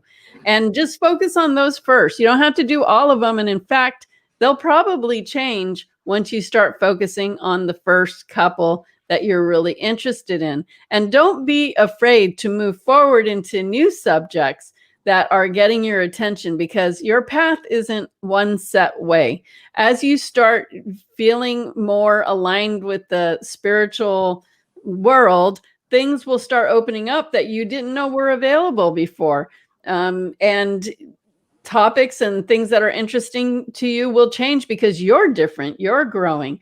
So they keep showing me the lower hanging fruit, like go for the things that you can taste or feel or are most excited about first, and then allow yourself to explore as you're guided. There's so many things that you can do, so many things you can learn, but what's most important is that you pick a couple and just stay with those for a little while. And then when you really feel a pull to do something else, go with it. Like, don't feel like your path has to be the same as anyone else's, because we're all here and we're all here to do different things with our gifts. Okay, Homer? Homer? Hello. So Sushma, I don't know if you're a teacher or a counselor, but I'm getting like people tend to gravitate to you for advice. So what I was getting for your journey was be wise with your words, because people are listening to you, and seek your wisdom, but also be okay to set your boundaries and not have people drain you and bombard you with their stuff. So even if they do, just know, separate your energy from theirs. And yeah, you do have a lot of wise things to say, or people listen, but also make make sure it doesn't drain you energetically. Yes, cut cords, know your own energy, work on replenishing your own energy and knowing yourself so you don't let energy vampires or anything else lean on your energy. Thank you, Homer. Clock? All right, what I got was, oops, wrong side. What I got was a woman walking down a path, a singular path, which tells me that you're on the right track. And in the distance, I see the path branching off into several different paths, including dirt paths that are like wavy, which is also telling me don't fear going off track. You know, it'll always lead back to it. So I mean, you're on the right path. Just keep venturing. Have fun. Yeah, I see that for her too. Awesome. Okay, Biz keeps cutting out, so all his wisdom is somewhere in the ethers between here and there. So Close your eyes and connect with Biz, everybody. yeah, get your message from Biz telepathically.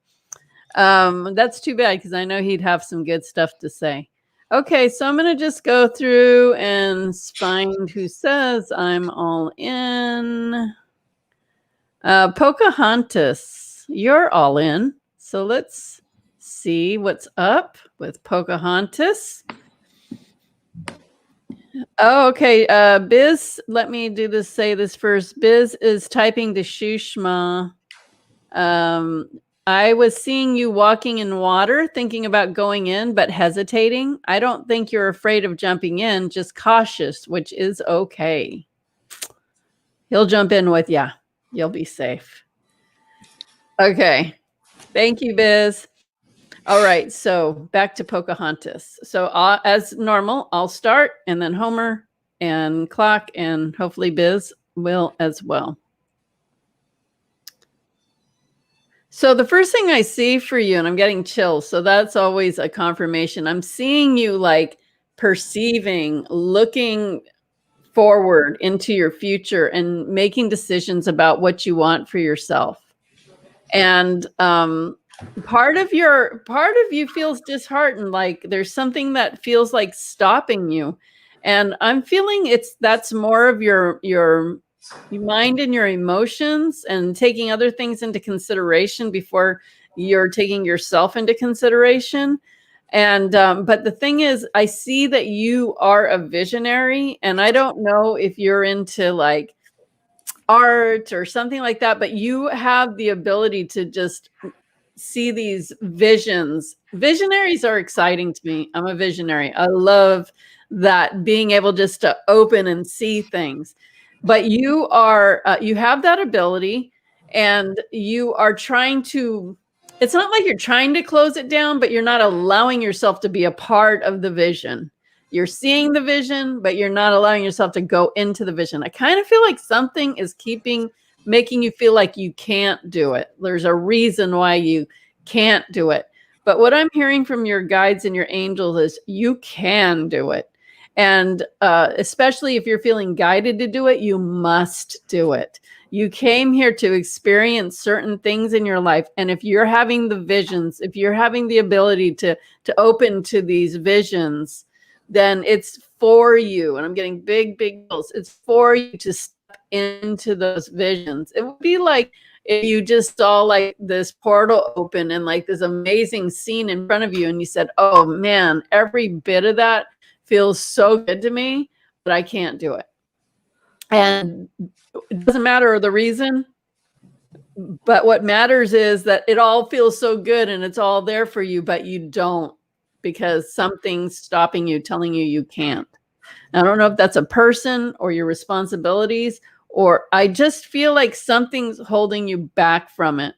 And I feel like your soul wants you to do it, knows you should do it, but you just haven't, you're just not stepping into it and making that decision. It kind of reminds me of Homer. Homer was a medical assistant for a while. And this is when he first when we first, were starting to do journeys together way back in the day. And one year we did like Sedona and Mexico and Hawaii and Egypt. Like we were just like on a trip every other month, it seemed like. And finally they told him, you have to like stop going on those trips or you're going to have to leave. So he had to make the decision. Does he want to keep going on these spiritual journeys, or does he want to take urine samples? And he made that hard decision that he was going to do the journey. So he left the job, and it was urine samples, right? Hold on. Homer? Yeah, one of many things I had to do. Yeah, it wasn't just urine samples, but it was basically, do I want to do this or do I had to give shots. So, and he went to study for that, and he had that job doing that, and he just had to make the decision that felt right to his soul. And then look what happened to him. Like he was okay. He just started doing the work that was true for him.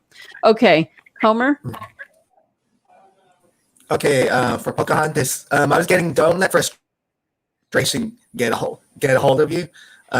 When you are frustrated, that means you are not as connected as you could be. So you are disconnected.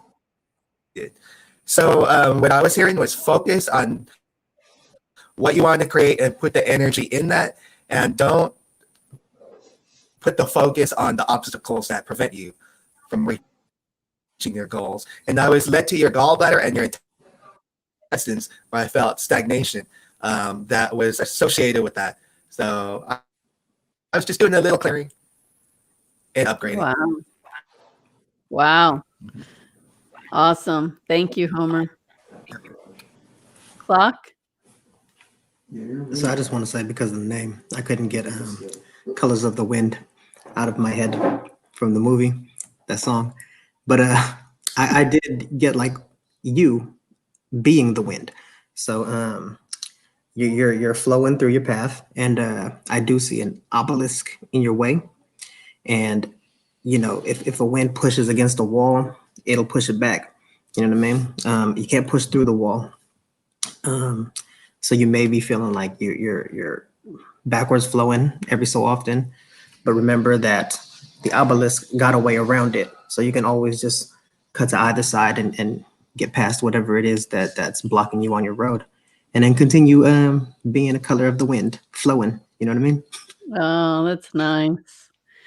Yeah, I feel totally the Pocahontas energy in Amazon too. Right. Actually, the first trip we did, I put together a video, and that was one of the songs that plays in that video. So that's kind of interesting. Okay, and Biz is in the chat room, and he wrote, I didn't hear who this was about initially, but what I saw was a crown-like halo with 3 prongs, super shiny, majestic, blinding. You're on a journey of becoming your best self, but don't grab the brass rings, go for the crown. Do it for you and not anyone else. Don't follow anyone else's path. They are there for reference and not to copy or follow. For your journey, you've got this. Wow, that's so inspirational. I love that, Biz. Thank you. And then I did see that Biz followed up with Shushma's reading saying, don't be overly cautious as to not take the opportunity to go for whatever you're going for. So, wow, he's very wise tonight. I love this. Okay, thank you. And let me see. I guess I'm the only one that can see people. So I'm going to move up and see who's I'm all in. Erica. Okay, Erica Cisneros. She's all in, Erica. Okay, so I will. Oh, Pocahontas says, I was also a medical assistant. Wow, thanks, guys. Wow, that's cool. How cool. How funny. You guys could trade notes.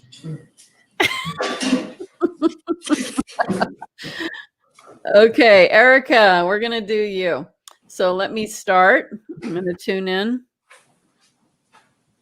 The first thing I hear for you, I see like a triangle, kind kind of like a pyramid shape on your head. And I'm hearing, go for your journey. It's time for you to go for your journey. In fact, it's overtime.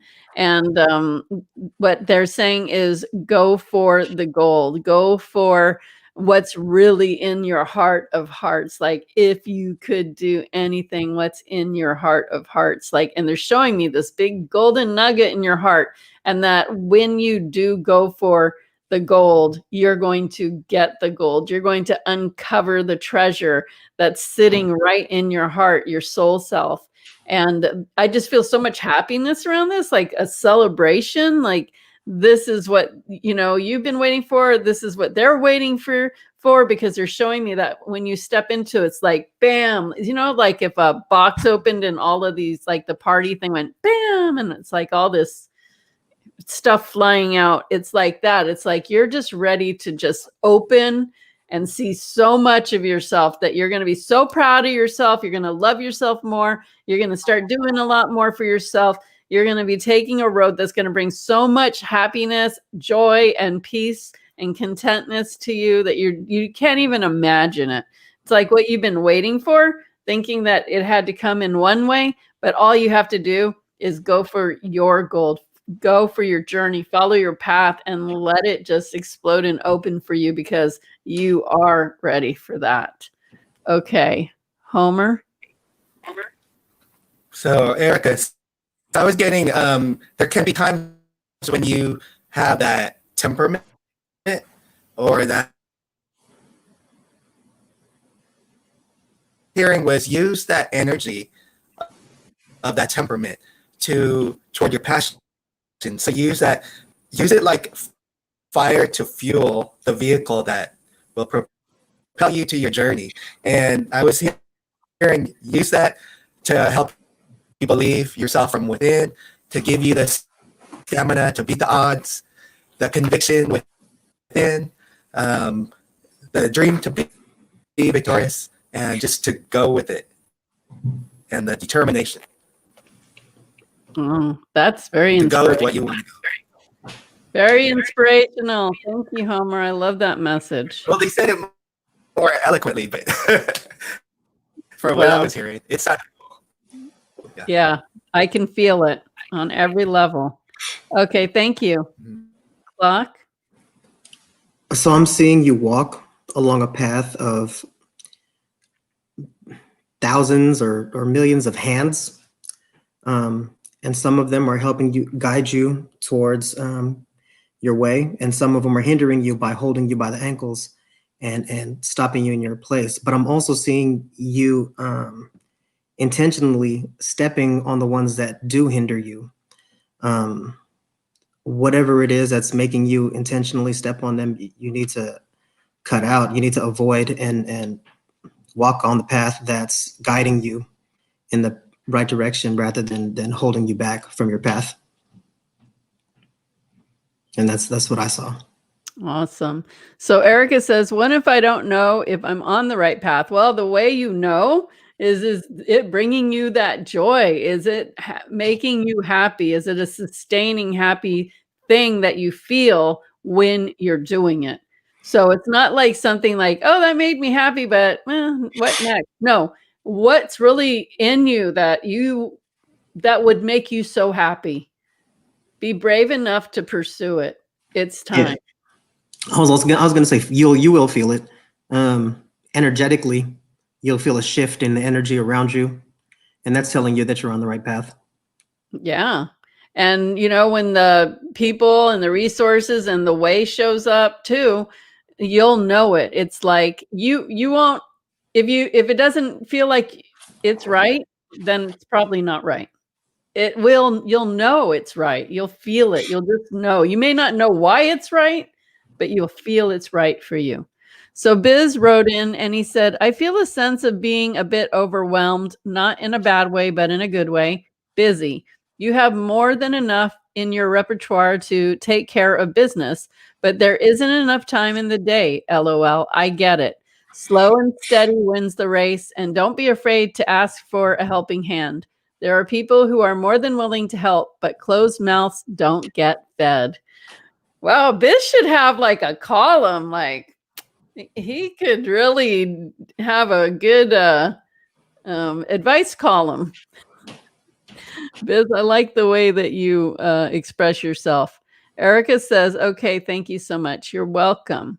Okay, let me just see the list. I'm just trying to speed up and see who I stop at.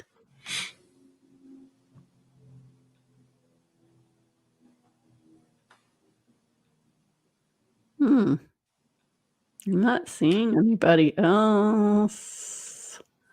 Must have not went up high enough.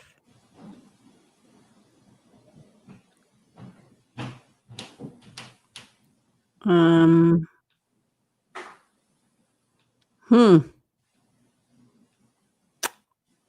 don't see anyone else. So I guess I'll just take it as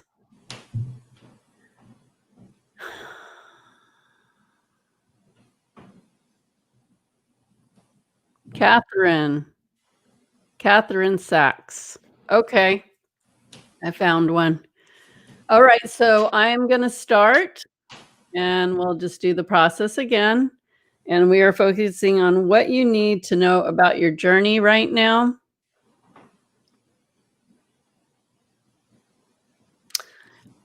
This is weird. So I'm seeing a cat and I'm hearing your cats need you, but you need you more. And you're putting your focus in the places that aren't going to help you with what you need to be doing. And you need to take your focus that's outwards and focus inwards on really listening to your heart and listening to your soul and taking guided action. You're different now than you were before, and you may have different needs that you're not aware of because you're not really looking at them. You're like living today like you've always lived yesterday. And you're not that same person anymore. And you're being asked to free yourself onto a new journey, do something new to invigorate your life and get out of the old, stuck, stale, I don't know if it's stuck, but stale energy. And it's not like it's old and it's stale and it's stuck. Not like that. It's just old. It's time to update yourself, upgrade yourself, do something vibrant, do something exciting. And they're saying stop making excuses of why you can't, because you can do anything that you truly want to. And you know that. And you have the strength to do it because you've shown you've had so much strength to get through what you have gotten through. So now take the time to do you. You freed yourself up to do you. Now do you. Like you wanted to do you. Now do you. Why aren't you doing you? Do you. Don't do you as you always were doing you. Now as you doing how you were doing you. Don't know if that makes sense, but it's like how you were is not who you are now. It's not the level you're at. You got to embrace yourself and do what you need to do for you, regardless of what it will take to do that, because you can find a way if you're willing to do it. Okay, Homer. So, can you hear me? Yep. Oh, okay.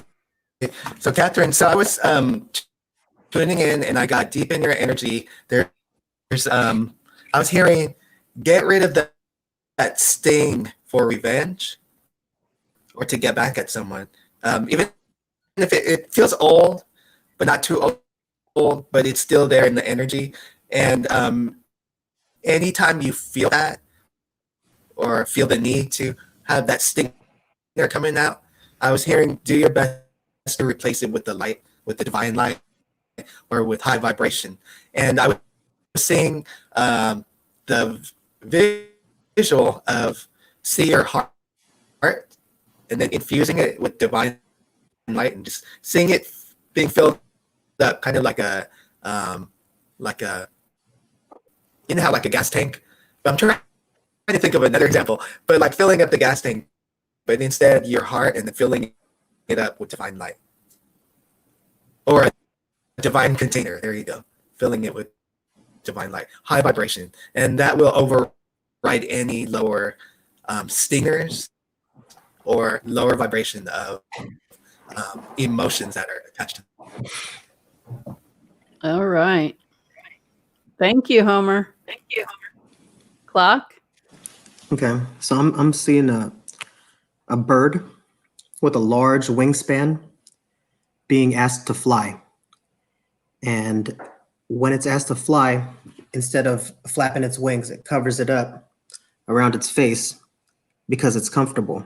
So I feel like you're the bird, and you're in a comfort zone. I also feel like in the bird's face, I can see sadness and a willingness and wantingness to fly, but it's so stuck in that comfort zone that it's afraid to. And I just want to say, don't be afraid to leave that comfort zone. You can fly. That's it. Oh, that's nice. I love that. Okay. Biz says, you're carrying something with you that's not yours, almost as if you've got someone else's baggage or trauma with you. You are allowed to give it back. You don't need to carry it for them. It's okay to listen, offer advice, and help out, but you can't fix their problems for them. Don't take on so much of other people's issues, and it's all right if you can't fix them.